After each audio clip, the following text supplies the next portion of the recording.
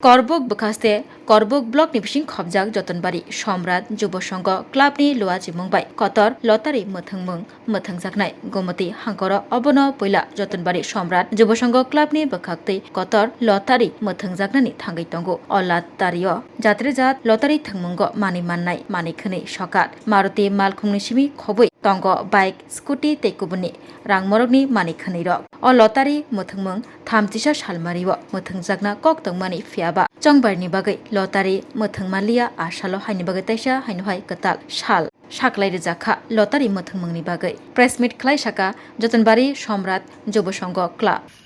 নমস্কার, সম্রাট যুব সংঘ ক্লাবের পক্ষ থেকে সকল সাংবাদিক ভাইদের আসার জন্য আমরা অসংখ্য ধন্যবাদ। আমাদের সম্রাট যুব সংঘ ক্লাবের পক্ষ থেকে আমাদের যেই আমাদের যেই টোকেন খেলার আয়োজন করা হয়েছে 31শে মার্চ আগামীকাল খেলাটা হওয়ার কথা ছিল।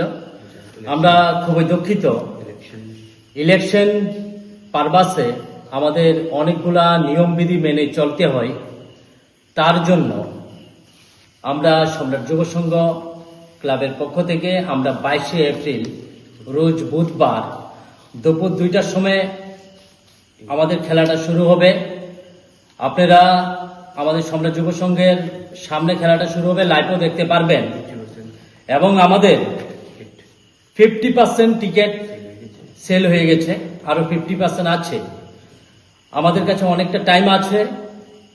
এই টাইমের মধ্যে আমাদের যে টিকিটগুলা বিক্রি হবে না হলে আমরা সম্রাট যুব সংঘ ক্লাবের ফান্ড থেকে আমরা এই খেলাটা পরিচালনা করব। আপনারা বিভ্রান্ত হবেন না।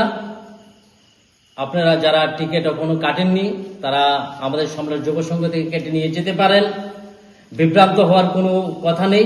শুধু ইলেকশন পারপাসের জন্য আমরা আমাদের এই খেলাটা একটু পিছিয়ে নিয়েছি এবং সকল সাংবাদিক ভাইদেরকে অসংখ্য ধন্যবাদ আমাদের এই সম্রাট যুব সংঘের ডাকে আসার জন্য। সবাইকে নমস্কার।